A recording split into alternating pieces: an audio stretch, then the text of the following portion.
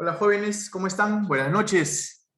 Espero que se encuentren bien. Acá veo, está Deina, está Georgette. ¿Cómo le va, Georgette? ¿Qué tal? ¿Cómo está? Alicia, Catherine, Ángel, Luis Miguel. Y por aquí están ingresando algunos más también. Perfecto. Vamos a ir viendo conforme vayan llegando sus compañeros para poder, obviamente, seguir avanzando. ¿Cómo está, Sol Ángel? ¿Qué tal? Espero que se encuentre bien. Camila, ¿cómo está? Buenas noches, señorita. Espero que se Buenas encuentre bien noches. también usted. ¿Cómo le va? ¿Qué tal? Perfecto, perfecto, muy bien. Entonces, a ver, chicos, ¿cómo nos vamos a organizar para la sesión de hoy día? Es bien sencillo. Hoy entramos a otra corriente psicopedagógica, ¿de acuerdo?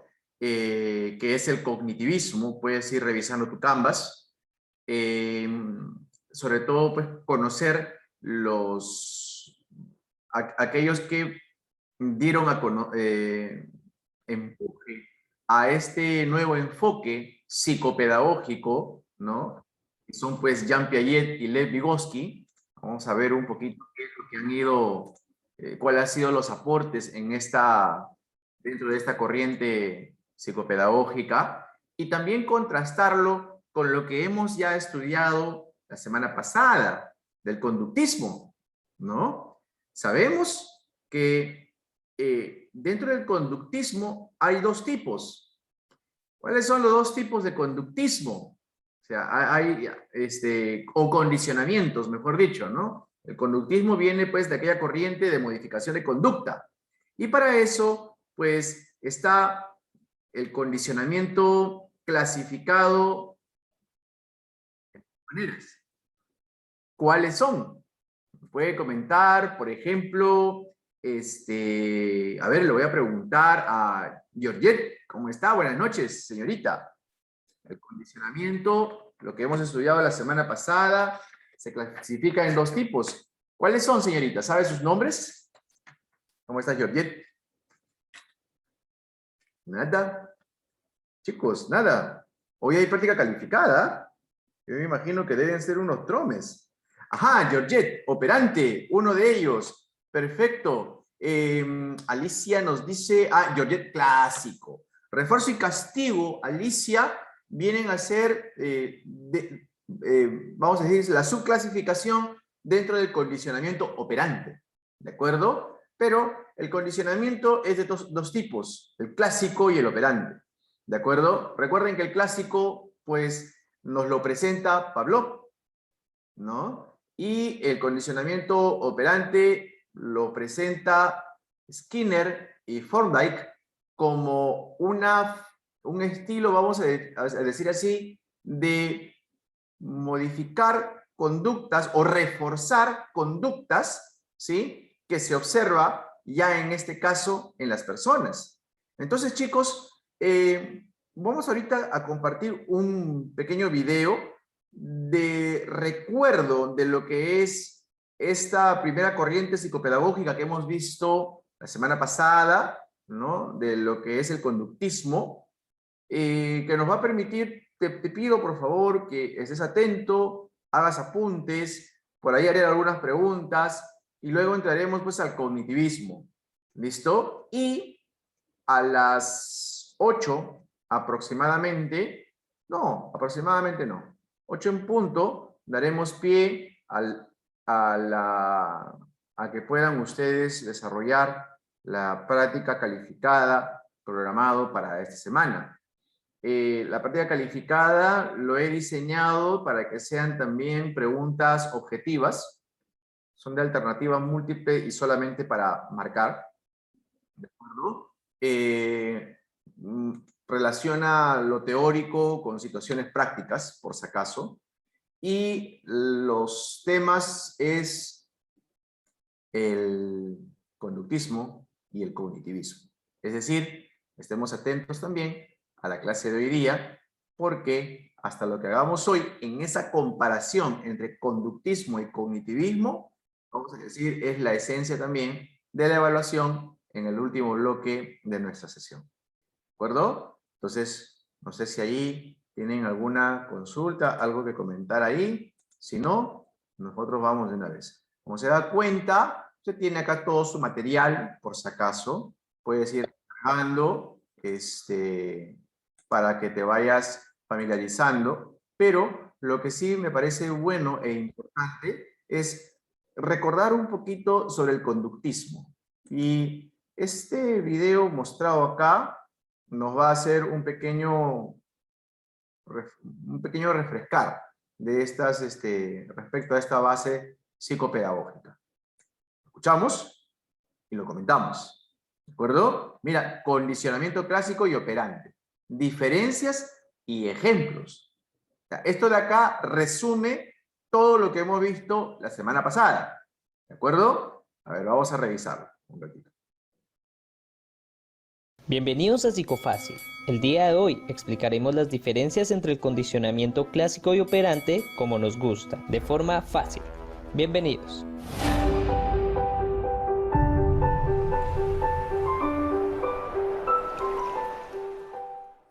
En el enfoque conductista, el aprendizaje tiene diferentes formas de adquisición, en donde los estudios clásicos lo explican desde dos ramas principales, el condicionamiento clásico y el condicionamiento operante.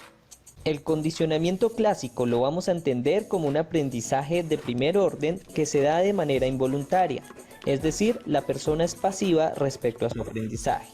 Para entenderlo, vamos a tener en cuenta lo siguiente. Lo primero es el estímulo incondicionado, que tiene como característica que ante su aparición el sujeto va a generar una respuesta automática o no aprendida.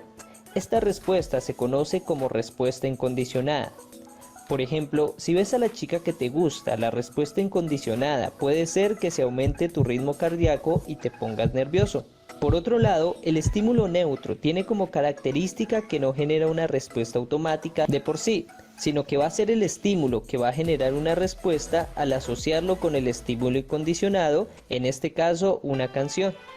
Ahora bien, si combinamos nuestro estímulo incondicionado con nuestro estímulo neutral muchas veces, es decir, cada que salimos con esa chica suena esa canción en particular, es probable que cuando escuchemos la canción sin que ella esté, nos genere el mismo nerviosismo que cuando la veíamos. Es aquí cuando el estímulo neutro se convierte en estímulo condicionado y la respuesta incondicionada se convierte en respuesta condicionada y se genera un proceso de aprendizaje. Se convierte. Esta parte, ¿queda claro? El condicionamiento clásico, lo que nos plantea Pavlov, ¿cierto? Es de que en la naturaleza hay ciertos estímulos que no requieren de alguna condición para que te genere también una respuesta, ¿no? Eso es lo que se menciona. A eso se llama estímulo incondicionado. ¿Correcto? Y menciona ahí el caso, ¿no? Si yo, el varón que ve una chica, ¿no? Tiene un primer impacto frente a ella, ¿no? De repente, por ser una chica simpática, agraciada, nos muestra en el video, ¿no? Y hay un estímulo al respecto, y la respuesta incondicionada es que a través de ese gusto, de ese primer impacto, pues empieza a latir un poquito más el corazoncito, ¿no? Nos muestra ese video. Entonces, es un estímulo incondicionado, que los estímulos son perceptibles por los sentidos, ¿de acuerdo? Perceptibles por los sentidos. Pero a la vez también manifiesta Pavlov de que el estímulo, vamos a decir, neutro, es aquel que no te genera ningún tipo de respuesta, pues, ¿no? Como por ejemplo escuchar alguna música aleatoria. Lo escucho y, bueno, lo escucho, ¿no? Pero si yo, dice Pavlov, ¿no? Si uno, los dos estímulos, el estímulo neutro, la música, con el estímulo incondicionado, que es ver a la chica, y esto es reiterativo, repetitivo, ¿no? El estímulo neutro con el estímulo incondicionado, ¿qué va a ocurrir? Va a ocurrir definitivamente la misma respuesta, que el corazón va a estar latiendo, ¿no? Más fuerte, ¿no? Por la chica. Y entonces Pavlov dice, si esto ha sido repetitivo, yo puedo retirar el estímulo incondicionado. De modo que esa persona, si en alguna oportunidad vuelve a escuchar la música, pues va a pensar en la chica y va a latir el corazoncito. ¿Qué quiere decir eso? Que ya el estímulo neutro, lo que era antes como estímulo neutro, la música en sí, ya ahora es un estímulo condicionado, porque te genera también ese impacto de que te lata el corazón según el video. Y esa respuesta de latido de corazón a través de ese estímulo condicionado, ya no se le llama pues respuesta incondicionada. Ahora se le llama respuesta condicionada. Jóvenes, espero que esto haya quedado claro, porque a partir de allí viene a continuación la otra parte, el condicionamiento operante. ¿No hay preguntas? Puedo continuar, ¿no es cierto? Estamos reforzando para los últimos que han llegado. ¿Cómo están? Buenas noches para los últimos. Estamos reforzando ese tema para entrar en breve al cognitivismo y ver la comparación con esto que hemos visto la semana pasada. Convierte en respuesta condicionada y se genera un proceso de aprendizaje.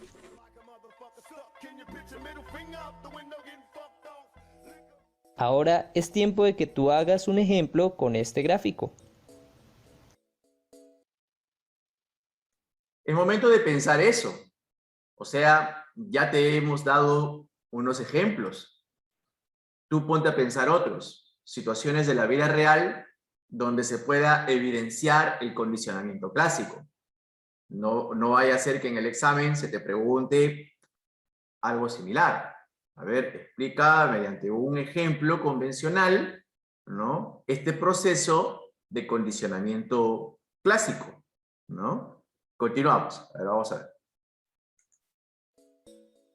¿Ya lo hiciste? Muy bien. Vamos a continuar. En el condicionamiento operante, por su parte, hablamos de que cada acción genera una reacción. Es decir, cuando una conducta tiene consecuencias positivas para quien la hizo, es más probable que se repita. En cambio, si tiene consecuencias negativas, la probabilidad de repetición disminuirá. A diferencia del condicionamiento clásico, acá nos vamos a centrar en que un estímulo causa una respuesta y esta respuesta tiene una consecuencia, sea positiva, que la vamos a llamar refuerzo, o negativa, que la vamos a llamar castigo. En esta teoría, la respuesta equivale a una conducta. Para seguir con nuestro ejemplo, hagamos de cuenta que en una salida con la chica que nos gusta, escuchamos la canción. Ahora nuestra respuesta en condicionamiento operante no es pasiva, sino que está sobre el control del sujeto. Por ejemplo, la respuesta puede ser darle un beso a la chica. Si ella responde afirmativamente, la probabilidad de que se vuelva a repetir la conducta de besarla va a ser mayor. En cambio, si ella lo rechaza o lo cachetea, la probabilidad de que la vuelva a besar disminuye. Para profundizar en refuerzos y castigos, sean positivos y negativos, puedes ver nuestro video sobre consecuencias. En esta parte del condicionamiento operante, como por ahí una de ustedes escribió en el chat, ¿no es cierto?, hay refuerzos y castigos, pero los refuerzos y castigos son consecuencias frente a una respuesta, ¿de acuerdo? Son consecuencias, apunten, frente a una respuesta. Hay un estímulo, ¿no es cierto?, ante el estímulo hay una respuesta y el condicionamiento operante dice, esa respuesta vamos a reforzarla, ¿no? Vamos a hacer que, a reforzar para que esta respuesta continúe, ¿no? O de repente vamos a rechazar también esto, que sea una consecuencia negativa para que no se dé ese tipo de respuestas más adelante. El caso que nos muestra es también bastante evidente, ¿no? Me gusta la chica, me late el corazón frente a ese estímulo de haberla visto, ¿no? Pero frente a esa respuesta, de repente yo digo, a ver, la beso, porque me gusta, ¿no? Y frente a ello va a haber una consecuencia, nos dice en el video, ¿no? Entonces, ¿cuál puede ser la consecuencia? Que la chica responda al beso y qué bien. Entonces, ¿qué va a ocurrir? Esto se va a repetir, pues. Ante la respuesta de también devolver el beso, pues obviamente se refuerza la conducta, se refuerza, ¿no es cierto? Sin embargo, si recibo un cachetadón, no lo voy a volver a hacer, ¿no? O sea, definitivamente queda clarísimo con este ejemplo lo que viene a ser el condicionamiento operante. Ahora atendamos porque acá nos muestra una comparación entre el condicionamiento clásico y el condicionamiento operante. Vamos a ver qué nos dice. Ya teniendo estos esquemas, es hora de mostrar las mayores diferencias en las teorías. La primera es que en condicionamiento clásico las conductas son involuntarias, mientras que en la operante son emitidas o espontáneas. Por otro lado, en el condicionamiento clásico hay un refuerzo del estímulo, mientras que en operante hay un refuerzo de conductas. En el condicionamiento clásico, el sujeto es pasivo y en el operante es activo. El ambiente actúa sobre el sujeto en condicionamiento clásico, mientras que en el operante el sujeto actúa sobre el ambiente. En el condicionamiento clásico, la conducta se basa en acontecimientos precedentes, mientras que en el operante por acontecimientos siguientes o consecuencias. Por último, en condicionamiento clásico, el sujeto aprende por asociación de estímulos, mientras que en el operante el sujeto aprende por las consecuencias que originan su conducta. Esperamos este video te ayude a aprender estos conceptos. ¿Tienes dudas? Lo voy a compartir, creo que esto no lo he subido al Canvas, pero lo voy a poner en el chat para todos ustedes, porque de repente te va a ser muy útil a la hora de desarrollar la evaluación. Jóvenes, y una pregunta. Cuando nosotros hemos entrado a este estudio de las bases psicopedagógicas, ¿no? De las bases psicopedagógicas, justamente lo que se está aprendiendo a través de estas bases que hemos comenzado por el conductismo es saber entender el aprendizaje.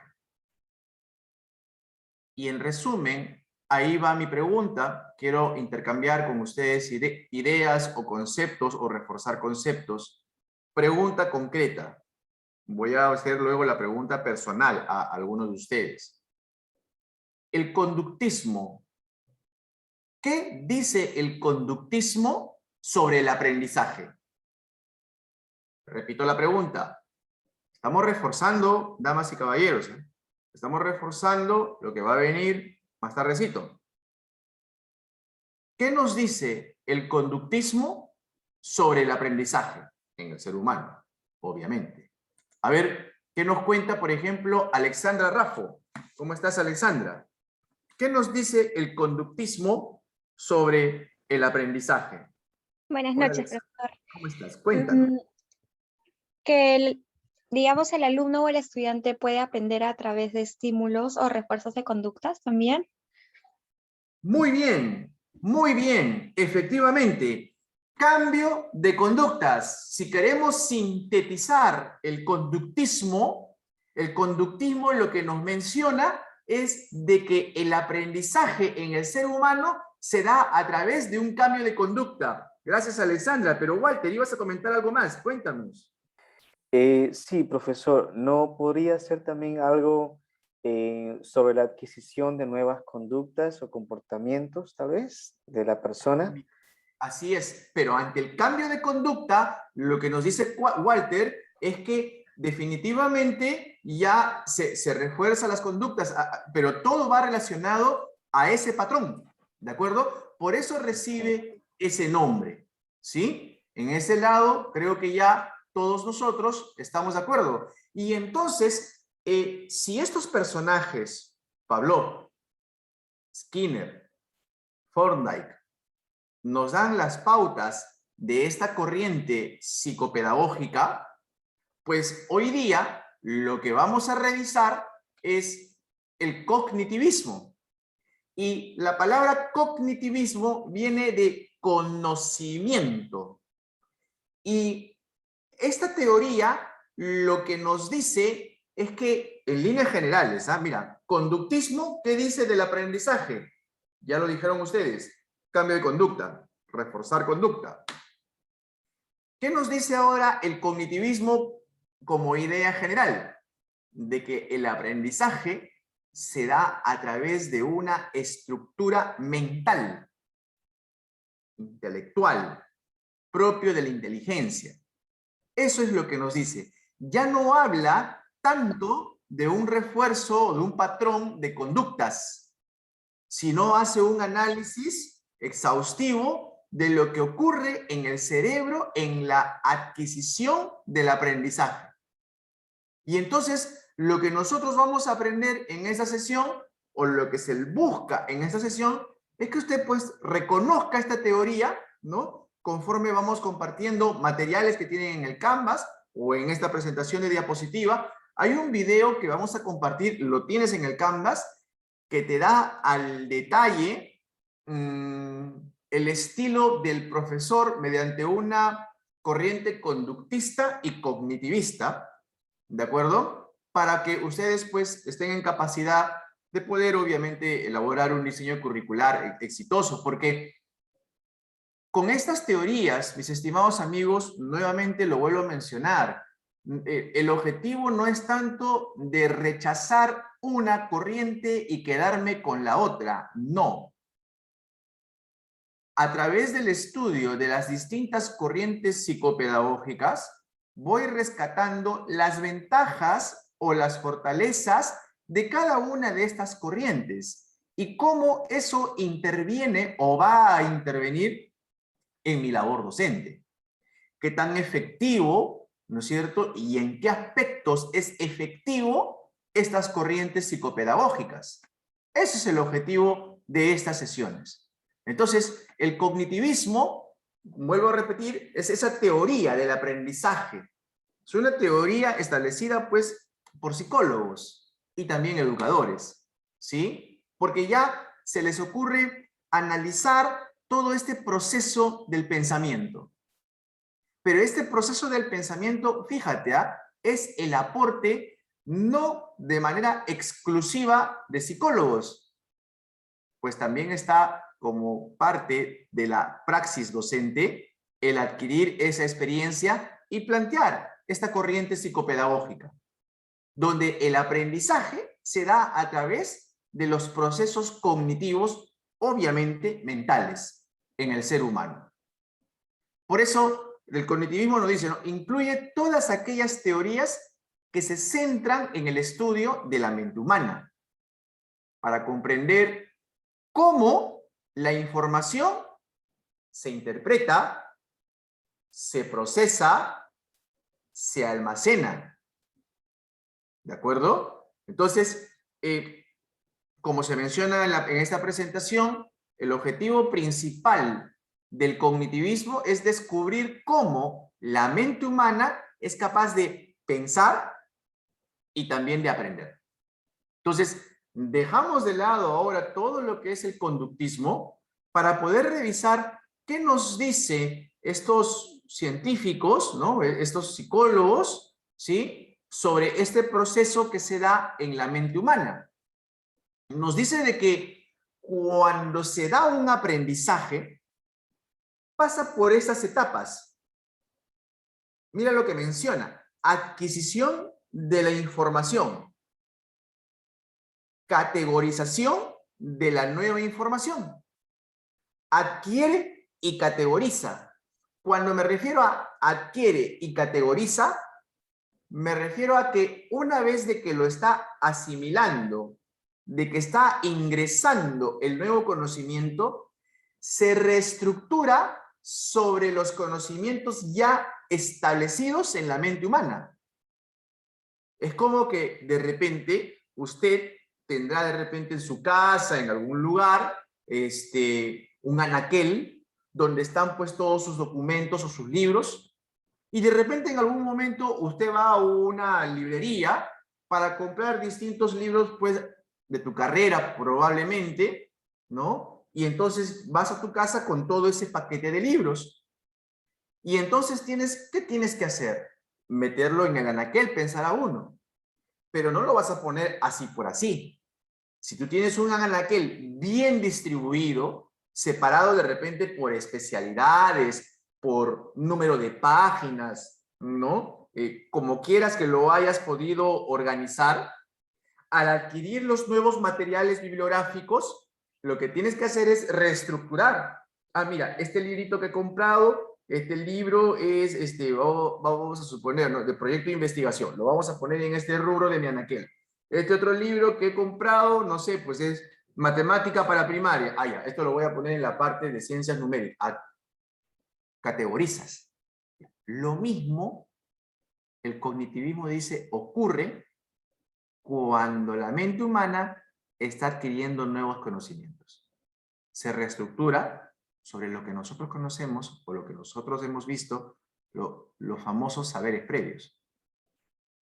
Pero vuelvo a repetir, el conductismo, fíjate lo que hemos visto la semana pasada, se estudia o menciona de que el aprendizaje se da a través de un cambio de conducta en el ser humano, pero frente a estímulos percibidos, sensibles.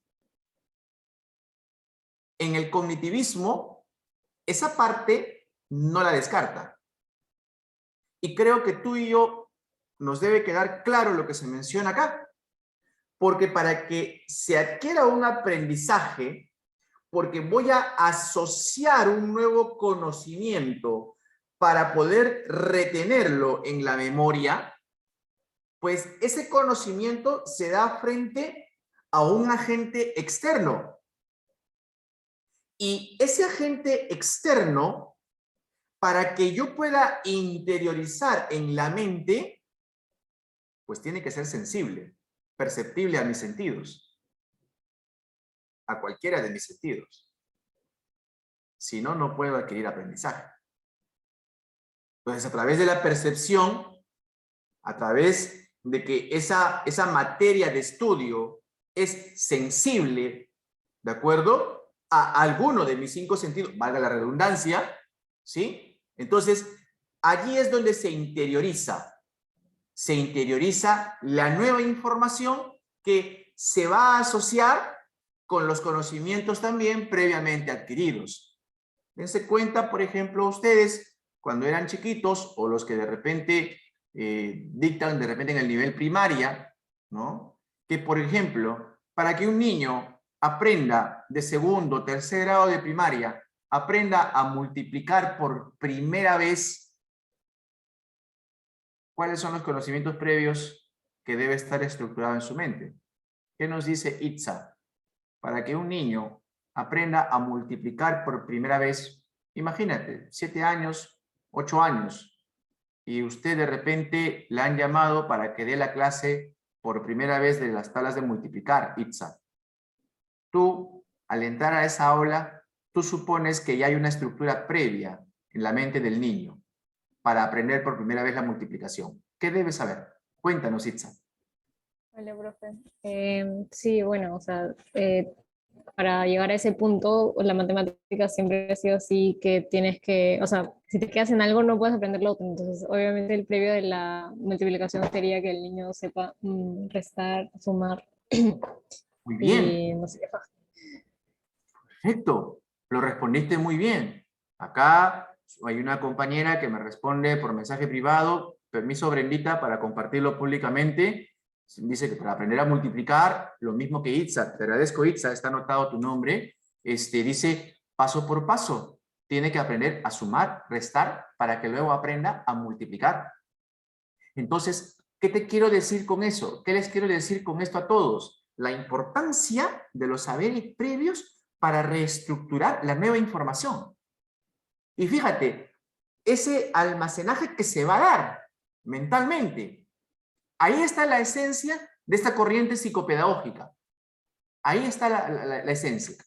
Entonces, ¿y quiénes son estos precursores? De una vez, esto lo debes saber de memoria. El cognitivismo, pues, el primer impulsor ha sido Jean Piaget, un biólogo, ¿no? Un biólogo suizo, que nos plantea, y lo vamos a analizar en breves minutos, esta famosa teoría del desarrollo cognitivo.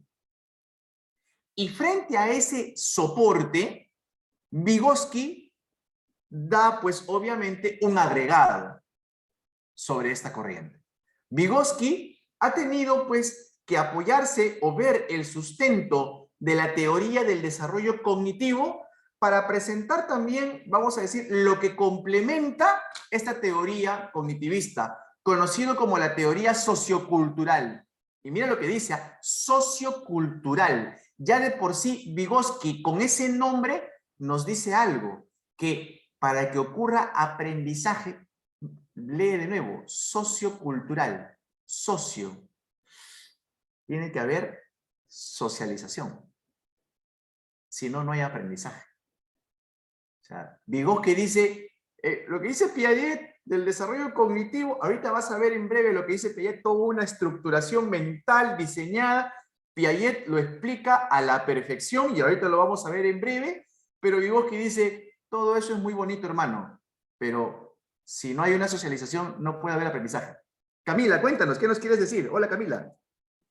Sí, profesor, justo estamos haciendo un trabajo en proyecto integrador sobre la falta de interacción entre niños y niñas debido a la virtualidad y tomamos como base o marco teórico una de las teorías de Vygotsky, que es la teoría de la zona de desarrollo próximo, que habla sobre cómo los niños toman como punto de referencia o para construir sus modelos de interacción a futuro, digamos, modelos o referentes de personas que se encuentren a su alrededor para incluso aprender a cómo comportarse. Entonces, Vygotsky explica que el desarrollo intelectual se va a dar en la medida en la cual el niño tenga estimulación a su alrededor de las personas incluso y de la interacción social que pueda tener en su entorno. Muchas gracias, Camila. Muchas gracias. Habrán anotado, jóvenes. Ya Camila se anticipó. La zona de desarrollo próximo es obviamente un aporte que nos da Vygotsky. Como por ejemplo, otro ejemplo, si me permites, Camila, complementar lo que tú dices y ya adelantarme a lo que se viene. Los que son papás me darán la razón. De pronto tienes un hijito, ¿no? Que ya se pone sus zapatillas, ¿no? Para caminar, 6 años, 7 años, y de pronto se ve en la necesidad de querer amarrar su zapatilla porque se desató. Entonces, ¿qué requiere? Requiere de un modelo. Pero ese modelo, ¿de acuerdo? Tiene que ser mediante la interacción con alguien que le enseñe justamente cómo amarrarse los zapatos. O sea, tiene que haber un aprendizaje de por sí, ¿de acuerdo? Pero frente a un modelo, en la interacción con una persona, que en este caso puede ser mamá o papá. Y entonces, dado el momento, ¿no? Llega la oportunidad donde el papá o la mamá, ante la necesidad de ese niño, pues le explica cómo es ese proceso.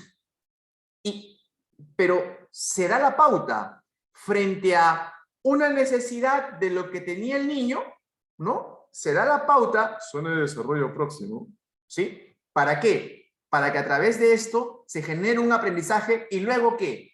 Y luego lo haga solo. Solo. Vamos a decir, ese puente entre la necesidad del niño de conocer algo nuevo y el dominio de dicha situación, ese puente es conocido como la zona de desarrollo próximo que nos plantea Lev Vygotsky, un psicólogo ruso que dijo que lo que aporta Piaget, que vamos a ver en breve, está bien. Piaget, ahorita vamos a ver a continuación, te decía toda la estructura cognitiva que se da, pero decía Vygotsky, tiene que haber interacción. Si no, no se puede. ¿Y qué nos comenta Piaget? Nos dice, pues, algo muy importante, ¿no? Los estudios de Piaget se enfocaron en entender los cambios, los procesos que se da lugar en esa formación del pensamiento. Desde el nacimiento de la persona y cómo va evolucionando hasta su madurez. Y lo divide en etapas. Y para ello, fíjate ciertos conceptos básicos como parte de este desarrollo cognitivo. Primero, estructuras cognitivas. ¿A qué llamamos estructuras cognitivas? En la analogía que te había dado del ejemplo de que tú tienes tu anaquel, ¿no? O tu biblioteca con todos tus libros allí. Ya está ordenadito. Acá nos menciona conjunto de esquemas mentales de cada persona y que se forma con los conocimientos que ha adquirido. pasado que ha adquirido estructuras cognitivas, ¿no? Yo en mi casa veo mi anaquel, qué bonito mi anaquel, ordenado, ¿no? O mi pequeña biblioteca, separado todos los libros, ¿no? Por niveles de dificultad, acá está, por especialidades, yo que soy profesor, acá tengo la zona de matemática, acá la zona de educación, acá tengo un material para mis alumnos de teorías de la educación, no sé, pues ya tantos detalles, ya está. Ya. Eso, mentalmente, es conocido como estructuras cognitivas. Tú ahorita, nosotros, ya tenemos ciertas estructuras. En teorías de la educación, tú también ya tienes todas tus estructuras de todo lo que has venido estudiando hasta el momento. Pero dentro de tus estructuras cognitivas, se te está viniendo algo nuevo ahorita, que es esta teoría. ¿Me dejo entender? ¿Qué es la organización? Organización, dice, es un atributo que posee la inteligencia de ordenar de cierta manera justamente las estructuras mentales de la persona. O sea, la inteligencia tiene ese don, ¿no?, de organizar las informaciones que se dan. ¿Y qué es la adaptación? Es capacidad de ajustar a la estructura mental justamente lo que uno observa del ambiente, ya sea por asimilación y por acomodación. La asimilación adopta un nuevo conocimiento para incorporarlo a su propia estructura. Y la acomodación es cuando ya se da ese cambio en la organización de nuestros esquemas mentales. Conceptos que definió Piaget para poder entender el desarrollo cognitivo. Entonces, de esta forma, vamos a decir de que ahorita, por ejemplo, o en el niño que habíamos puesto el ejemplo con Itza, que ya sabe sumar, ya sabe restar, tiene 7 años, está en 2º grado, y justamente mañana le toca la clase con la profesora Itza de las tablas de multiplicación, o de la multiplicación, de la operación de la multiplicación. Ese niño va a llegar a su clase con ese equilibrio. Mira la imagen, la primera imagen, la balanza está equilibrada entre el esquema mental y la resolución de un problema. Ya sabe sumar, ya sabe restar. Tú le puedes presentar una suma y una resta a este niño y lo va a poder resolver porque ya lo domina. Pero de pronto Itza entra a la clase con los niños y le pone en la pizarra una operación grandota, 3 por 4. Desequilibrio cognitivo. Desequilibrio cognitivo. ¿Por qué? ¿Por qué? Porque el esquema mental que tiene ese niño no se adapta o no está equilibrado frente a la resolución de ese problema. Lo desconoce. Y entonces, ¿qué va a tener que hacer la profesora Itza? Niños, miren esto. El niño, hay un desequilibrio mental aquí. Hoy comenzamos la multiplicación. Itza comienza su clase y empieza a decir, cuando la suma de un número se da una cantidad de veces, eso se puede simplificar mediante esta operación llamada multiplicación. Si yo digo 3 más 3 más 3 más 3, es lo mismo decir 3 por...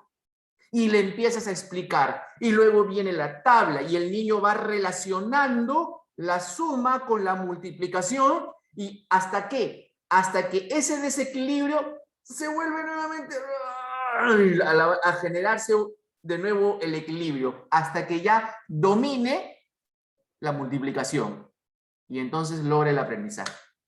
Eso es lo que dice Piaget. Esta explicación la da Piaget.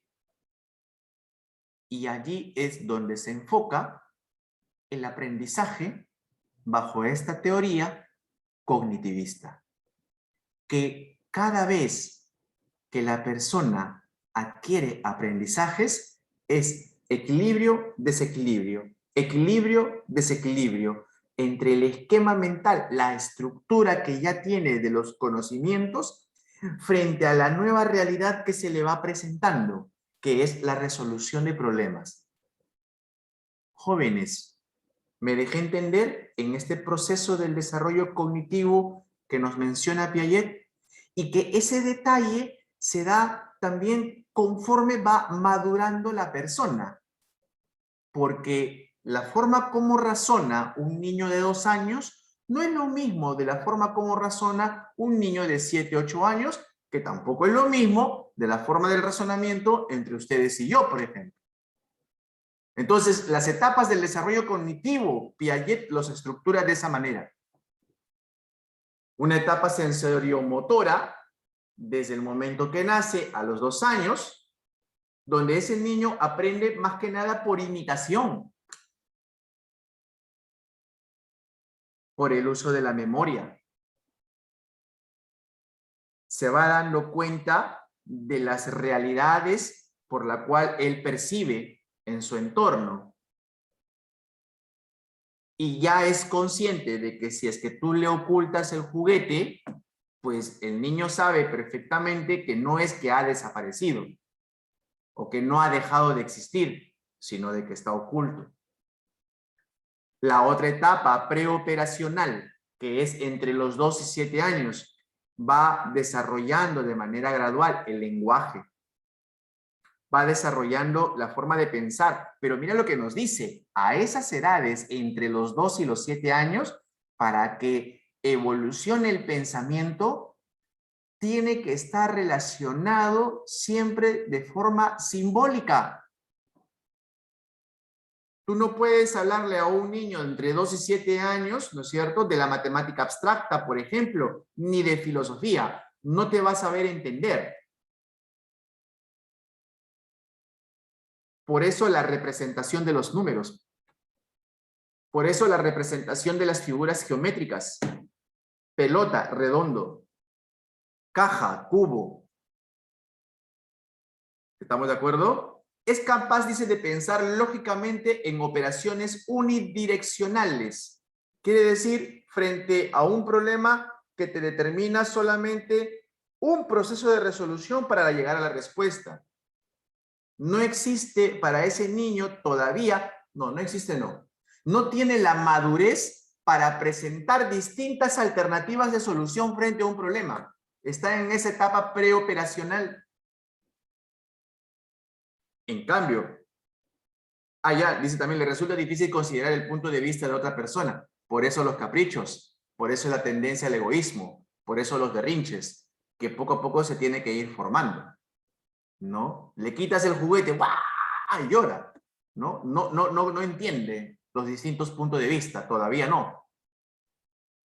7, 11 años, operaciones concretas, ya resuelve problemas concretos de manera lógica, paso a paso, estructurada, entiende leyes de conservación, ya es capaz de seriar, ya es capaz de clasificar, ya es capaz de distribuir de una forma lógica, ¿no?, objetos, operaciones concretas entre 7 y 11 años. Y operaciones formales desde los 11 años a la adultez, nos dice Piaget que las características son pues que es capaz de resolver problemas abstractos, ¿no? Su pensamiento ya es más científico, hay un análisis más profundo de las cosas, desarrolla interés por temas sociales, entre otras más. Y para que te des cuenta, antes de entrar a Vygotsky, porque hay que entender también esto, cómo debería funcionar. Atento con el video que voy a mostrar. Este video sí es espectacular. O sea, ¿cómo debería esto intervenir en nuestra labor docente? Pues es de vital importancia. Es de vital importancia. No podemos caer nosotros siempre en unas clases bajo una teoría conductista de manera exclusiva. Vamos a revisar un poquito, no quiero hablar más al respecto, sino me gustaría que ustedes puedan ver este video que voy a compartir. Lo voy a compartir también a su chat, pero esto sí está en el Canvas, por si acaso, ¿ah? Este video sí está en el Canvas. Ustedes lo pueden ver. Pero es un poquito extenso.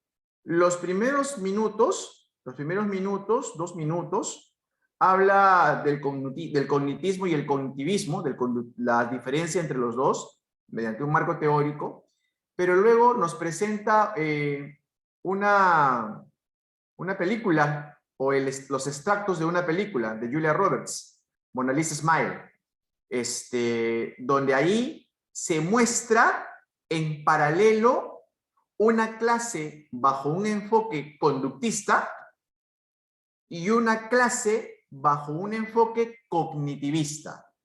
¿De acuerdo? Entonces, vamos a ver este video poco a poco. Voy a ir haciendo pausas y escuchar, pues obviamente, algunas respuestas frente a preguntas que voy a hacer. ¿Listo? A ver, vamos a revisarlo. Cognitivismo, teoría del aprendizaje.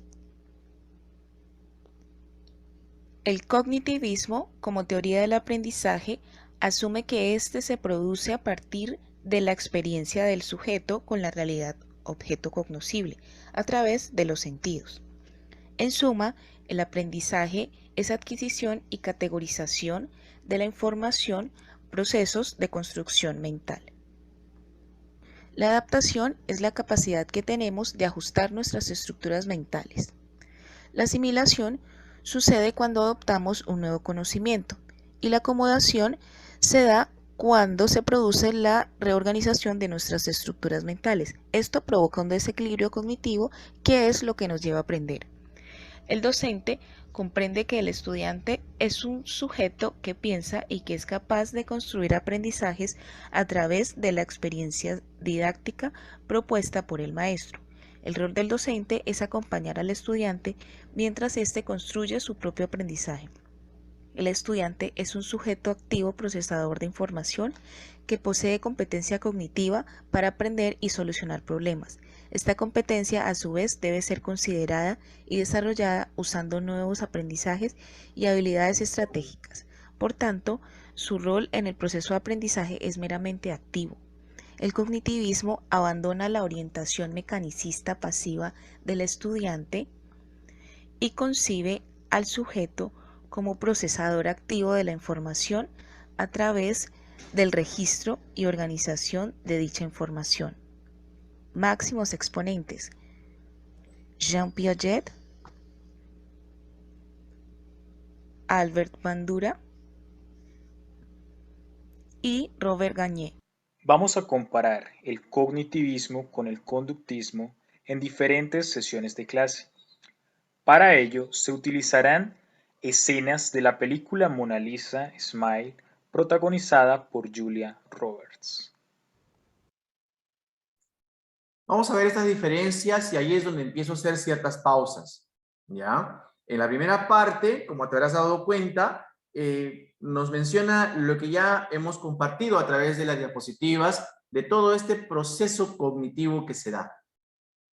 Y que a través de la adquisición de un nuevo aprendizaje, ¿no? Se da pues a través de la asimilación, ¿no es cierto? Y la organización. Son aspectos importantes dentro de este enfoque cognitivista. Veamos la primera escena donde es una maestra de la época, vamos a decir, clásica, ¿sí?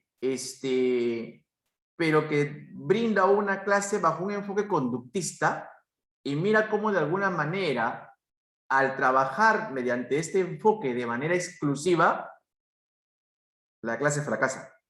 Veamos por qué. Desde el principio, el hombre ha sentido el impulso de crear arte. ¿Alguien puede decirme qué es esto? Bisonte herido, Altamira, España, 1500 a.C. Joan Bronwyn. Mira, ¿no? La estudiante genera una respuesta a un estímulo, una pintura rupestre. Es una profesora de arte. Brinda una información, pregunta, ¿no? Hay un estímulo de la profesora y la alumna, pues, genera una respuesta y lo responde correctamente. Vamos a ver qué sucede luego. Muy bien, Joan. A pesar de la edad de estas pinturas, técnicamente son muy sofisticadas porque... Debido al sombreado y al grosor de las líneas al moverse sobre la joroba del bisonte. Mira, esta alumna esperaba un refuerzo frente a ello. Como no lo encuentra, ¿no? Bueno, pues le sigue dando más respuestas. Respuestas válidas, ¿ah? Espera recibir un refuerzo como resultado de su respuesta correcta. Y ahora vamos a ver qué sucede, mira. ¿Es correcto? Sí, eso es correcto. La que sigue, por favor. Escribano sentado, Egipto, 2400 a.C. Pareja de campesinos arandos, siglo XVI a.C., Egipto. Diosa serpiente, micénica 1600 a.C. Fresco, micénica 1600 a.C. Al final, mira lo que nos dice. El rol del docente pierde su importancia. Porque las clases, cuando se enfocan de manera exclusiva bajo esa tendencia conductista, pues te conviertes en un simple sancionador. Cuando me refiero a sancionador, no me refiero a que estás castigando, ¿ah? Sino de que son clases que es generado mediante un estímulo-respuesta, estímulo-respuesta, estímulo-respuesta. Nada más. Y se fracasa la esencia de una sesión. Mira lo que viene en breve. Máscara de funeral, micénica 1200. Por otra parte, veremos las fases de aprendizaje mediante las que funciona el cognitivismo.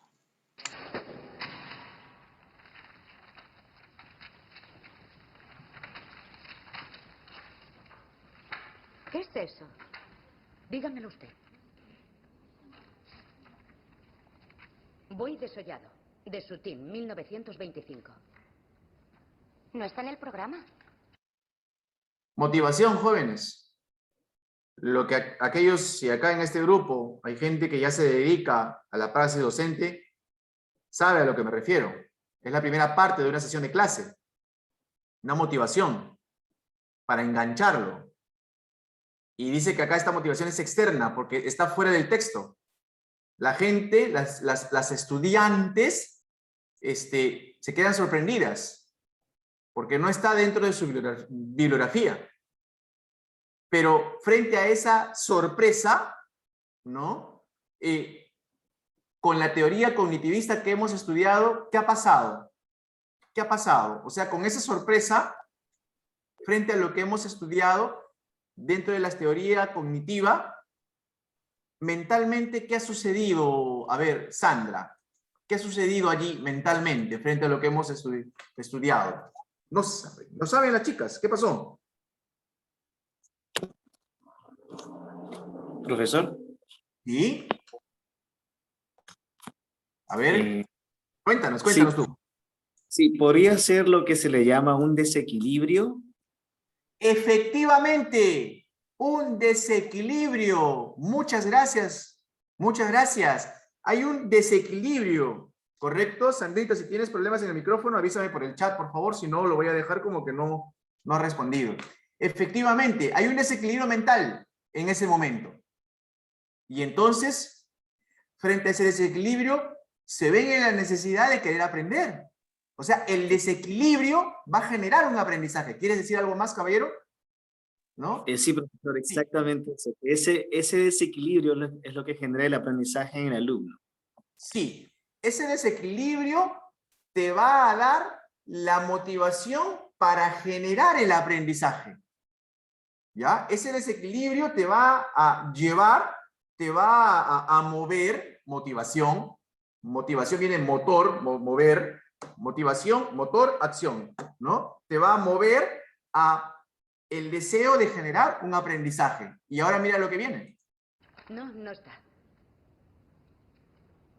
¿Creen que vale algo? Genere una expectativa. ¿Mm? Vamos, señoritas. No hay respuesta incorrecta. Ni tampoco un libro de texto que os diga qué pensar. No es sencillo, ¿verdad? Muy bien, no vale nada.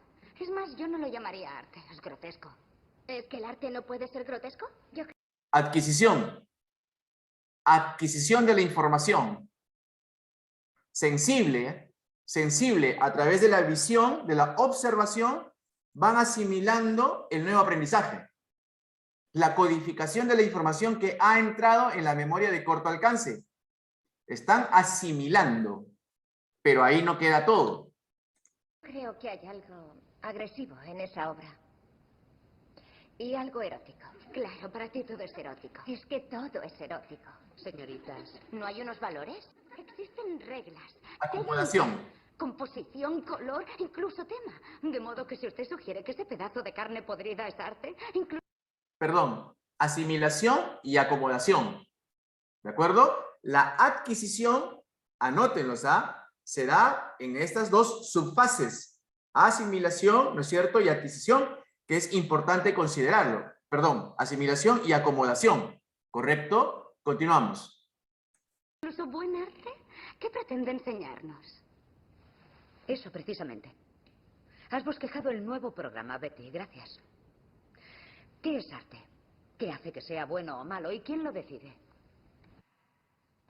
Ahora, miradlo de nuevo. Mirad más allá de la pintura. Intentemos no cerrarnos a nuevas ideas. ¿Mm? Mira, ahí está.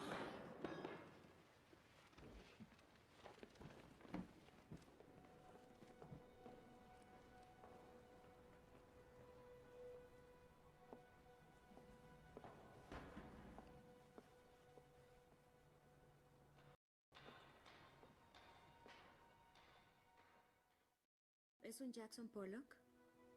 Imposible. Apenas me acostumbré a la idea de que la carne muerta es arte y ahora esto.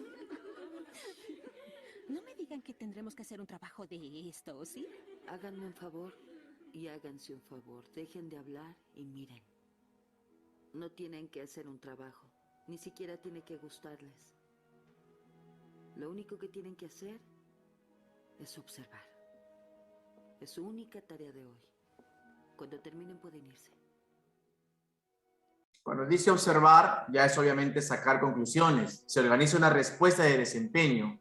La actitud contemplativa genera pues ya de por sí el aprendizaje.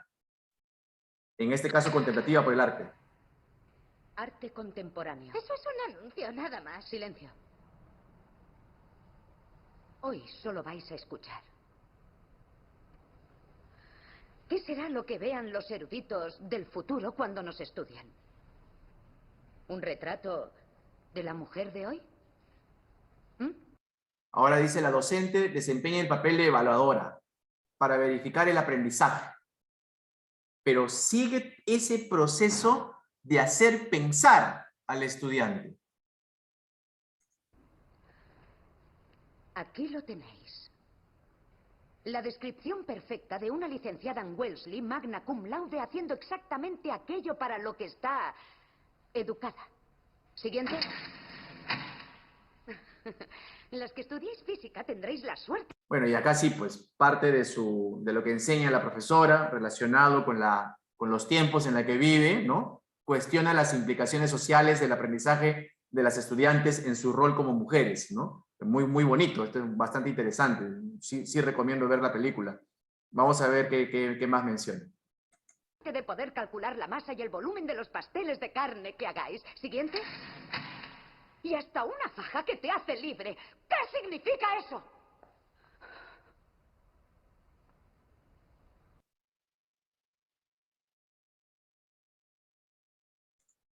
Muy bien. Y eso es. Entonces, como se dan cuenta, todo este proceso cognitivo, ¿sí? Lo explicó Jean Piaget. Y para terminar, Vygotsky, ¿qué dice con su teoría sociocultural?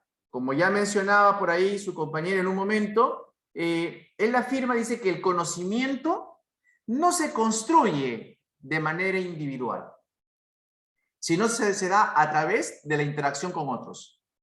O sea, ese niño que ves a la izquierda tiene ciertas funciones mentales, pero las funciones mentales no se compara cuando ya empieza a interactuar. Pero ojo, acá también quiero rescatar algo. Cuando se refiere a la socialización, a la interacción con terceros, no se refiere necesariamente con los de su propia edad. Puede ser sus papás. Ahí hay interacción. ¿De acuerdo? Eso también es bueno que lo sepamos. Cuando se refiere la teoría sociocultural, no se refiere de que ese niñito debe tener hermanos, primos o compañeros en una clase. No, no, no. No hablemos exclusivamente de la clase, sino de que el ser humano de por sí es un ente sociable. Y para que se genere aprendizaje, eso se tiene que dar a través de la interacción con otros. Por eso Vygotsky dice que el aprendizaje siempre es intencionado. Intencionado. ¿De acuerdo? En la interacción con terceros. Vamos a ver qué más viene acá.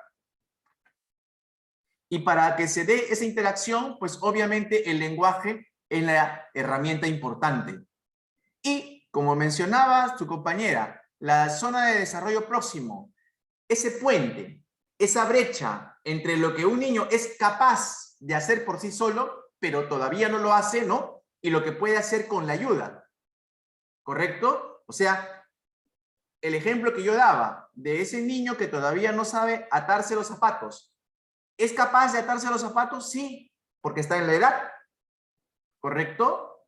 Pero todavía no lo puede hacer. ¿Por qué? Porque requiere de una ayuda. Requiere de un modelo. Eso es conocido como zona de desarrollo próximo. Entonces, con todo esto, fíjate las diferencias más resaltantes en este cuadro de lo que es el conductismo con el cognitivismo. Mira, en lo que es currículo, en el conductismo, voy a ponerlo aquí, está centrado en el docente, en la instrucción del profesor. En el cognitivismo, pensarás en el alumno, no, en el conocimiento.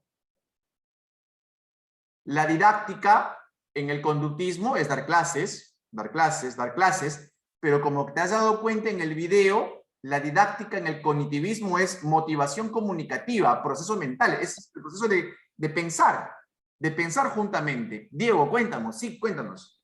Sí, no, quería consultarle, ¿cuál cree usted de estas dos corrientes que tiene más arraigo en la educación del Perú, en el Perú? No, mira, definitivamente, como lo decía al inicio, hay que rescatar algunas situaciones importantes. O sea, en nuestra praxis docente, habrá momentos donde sí tendré que aplicar el conductismo.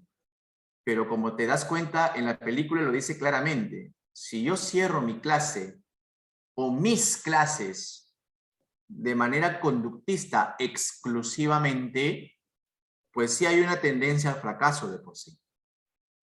Si no es porque en ese grupo que hemos visto en el video son chicas que dominan, que ya vienen preparadas para su material, pero en unas clases convencionales a nivel escolar, eso también llega al aburrimiento.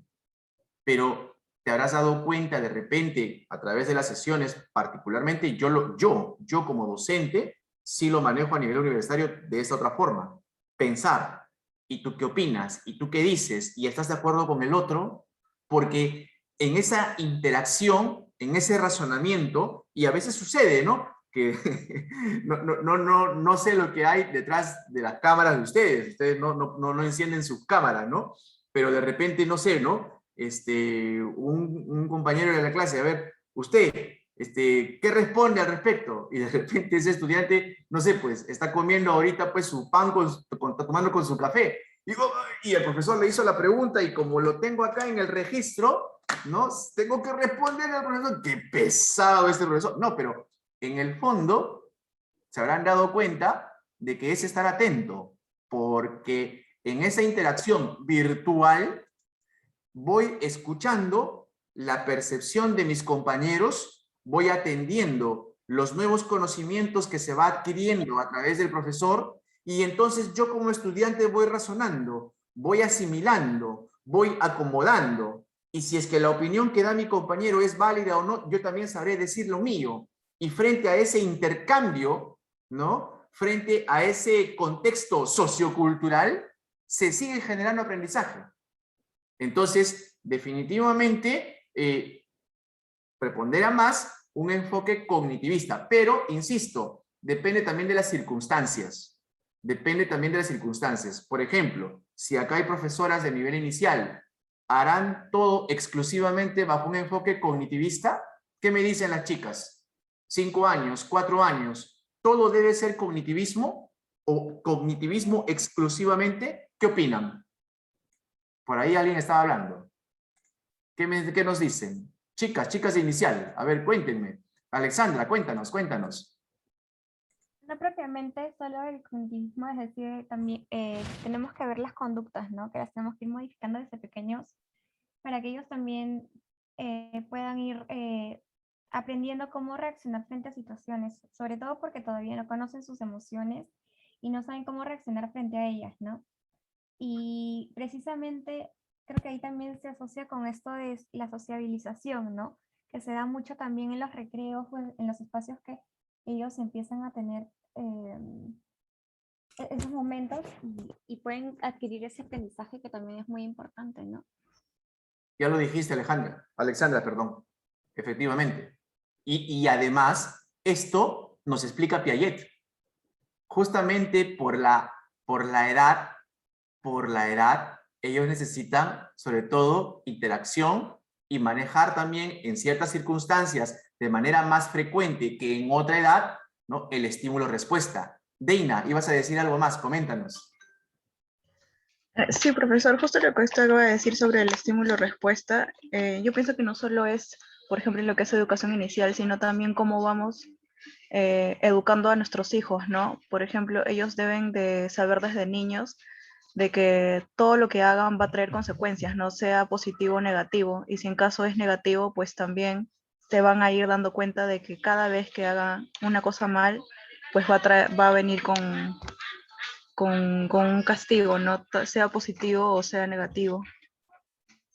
Muchas gracias, Deina. Entonces, creo que Walter nos hacía la pregunta, me dirá si es así, ya no recuerdo, ya tienes ahí una respuesta. O sea, es muy variado, no solamente dependiendo de en qué nivel estás trabajando, sino depende de las circunstancias también, de la edad de los niños o de los adolescentes, de su estado de madurez, ¿no? De cómo es el esquema, incluso hasta depende del área en la cual trabajas. Si eres profesor de inglés, ¿cómo será tu enfoque? ¿Será igual al enfoque de un profesor de matemática? No lo creo. Y esto es variado. Lo que nos debe quedar claro es que a través de estos enfoques yo voy rescatando, acorde a mi especialidad, ¿no es cierto?, cómo voy a manejar o qué voy a sacar de cada enfoque justamente para las clases que yo voy a poder dar más adelante como profesor. Y esto es el enfoque cognitivista. En resumen, ustedes tienen bastante material allí para poder reforzar todo lo que nosotros hemos visto en esta oportunidad. En esta teoría se le deja de dar tanta importancia a la conducta para hacer la mente y el cerebro el centro de atención, porque fue el centro de atención para Piaget y para Vygotsky. La memoria sensorial a corto y largo plazo son piezas claves de esta teoría, porque participa de manera importante o de vital importancia en la adquisición de conocimientos. Tiene mucho éxito en el ámbito educativo y participación en la estructura de planes y programas, porque la esencia de por sí de la educación es justamente desarrollar competencias a través de los conocimientos que se va adquiriendo. Eso es vital, ¿no? Y que a la vez también, y lo veremos en la próxima clase, se puede llegar a confundir con el constructivismo, a pesar de sus similitudes, pero no es lo mismo. Esto no es constructivismo. Constructivismo lo veremos la próxima sesión. Dicho esto, damas y caballeros, ustedes pueden entrar, acá dice práctica, conductismo y cognitivismo, ¿ya? Le dan clic aquí, aquí está. Yo he puesto tiempo límite 40 minutos, pero sobrado 30 minutos, desde las 8:10, que es ahorita, hasta las 8:40, sobrado lo van a acabar, ¿de acuerdo? Esta práctica calificada tiene código de acceso, TED 2021, que lo voy a compartir en el chat. Lo compartí a una personal, esperen, voy a compartir a todos. Lo que les pido, por favor, es que ustedes me puedan ayudar comentándome si ya pueden acceder a desarrollar No, su profesor, trabajo. no se puede porque Profesor, todavía no se puede. No se puede, dice que no publicas el módulo todavía. A ver, voy a revisar. A ver, un ratito. Voy a dejar de compartir para poder revisar minuciosamente. Les pido que me den un minutito. No vayan a pensar de que, profesor, el tiempo pasa, 30 minutos. No, tranquilos, ¿ah? Porque esto, a ver, ¿por qué no abre? A ver, desde las 8:10, hoy 18 de octubre. Sí, pero ya debería. A ver, voy a... Es que dice que todavía no has publicado el módulo. Dice, el cuestionario es parte de un módulo sin publicar y aún no está disponible. A ver, por favor, ayúdenme a refrescar su Canvas y a ver, vuelvan a entrar. Ya me asusté, no sé qué cosa hice mal. A ver. Sí, igual, profe, no se puede. Parece que no creo ha que sí. publicado la semana 9, sale como si no nos hubiera publicado la semana 9 y como la evaluación está ahí, no la podemos ver.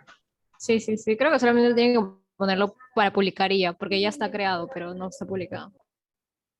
A ver. ¿Por qué? ¿Qué habré hecho mal? Cuestiones, fecha de entrega. Perdón, 8:40 no. Disponible, yo he puesto acá disponible desde hoy 8:10 y he puesto disponible hasta las 8:40. Bueno, al final yo lo puedo agregar más, pero no entiendo. Tal vez recuerda que la vez pasada puso el foro dentro del módulo, dentro de la semana 8, y Ya. esta práctica no se encuentra en ningún módulo, está separado individualmente solamente en evaluaciones. Tal vez si lo pone dentro del módulo, seríamos capaces de abrirlo, que es extraño, debería funcionar, ¿o no? Sí, pero mira, acá semana 9, acá está en el módulo, semana 9, práctica, conductismo y cognitivismo. O sea, está Sí, acá. profesor, pero nosotros no podemos ver la semana 9. Hasta la 8. Ay, perdóname, ya me di cuenta. Creo que es eso, profesor. Ya está. Ya, yo sigo, ya me di cuenta. Sí, ya se puede abrir, profe. Perdonen, ya está. Ay, Dios mío. Ya, si a alguien le falta tiempo, me dice. Yo le amplío más el tiempo, pero no lo creo. Está bien sencillo. Entonces, rindan su evaluación y cualquier cosa por el chat personal o del grupo me van comentando. ¿Ya? Muchos éxitos, que les vaya bien.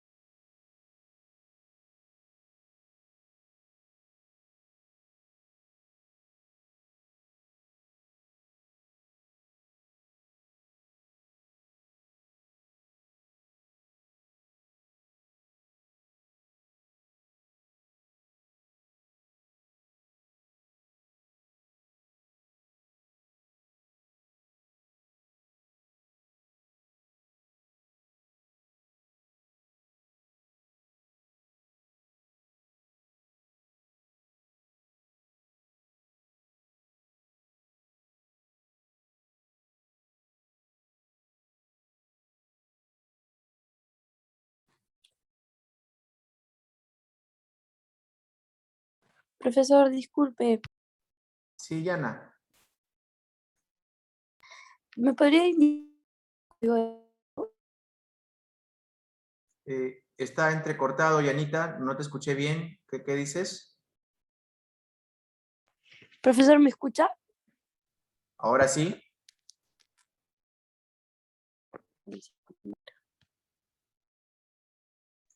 Yanita, si tienes problemas, si no, escríbeme en el chat.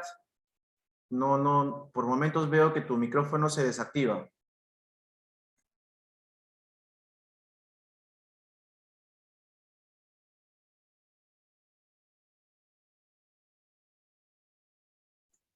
Uy, ya. Ese sí es un problema. Ese sí es un problema. Ya, perfecto. Listo, Yana. Muy bien. Sigue entonces.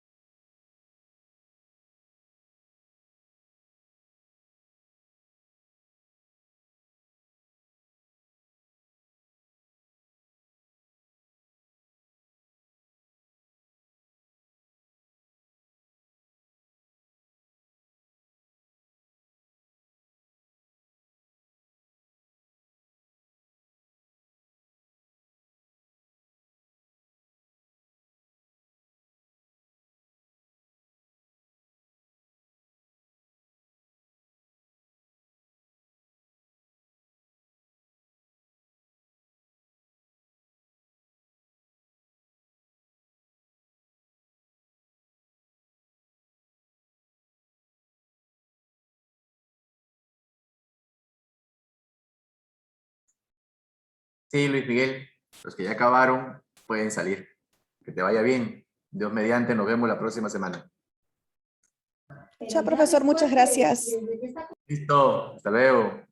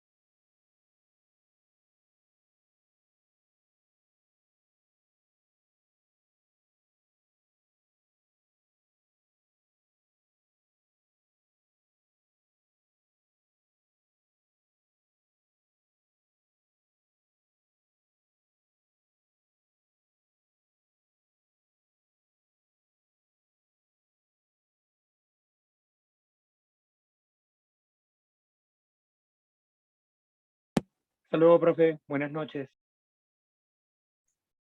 Nos vemos, Diego. Hasta luego. Hasta luego, Walter.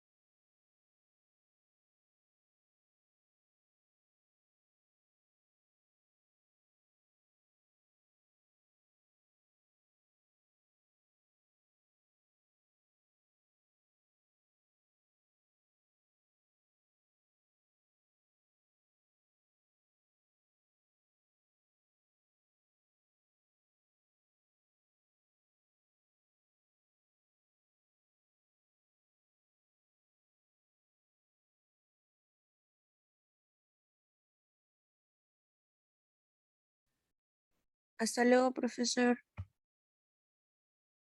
Hasta luego. Hasta luego, Ángela. Nos vemos.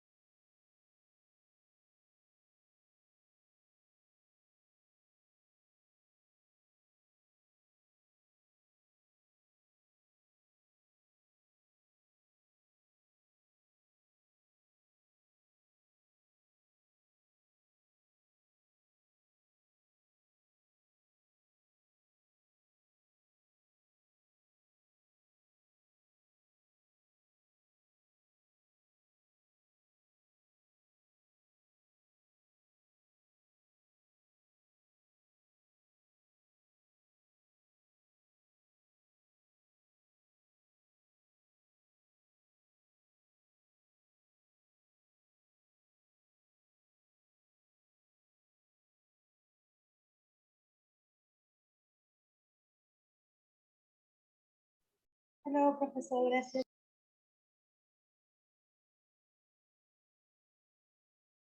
Hasta luego. Muy bien, ahora sí. Nos vamos despidiendo. Dios mediante, nos vemos el próximo lunes. Hasta luego. Buenas noches.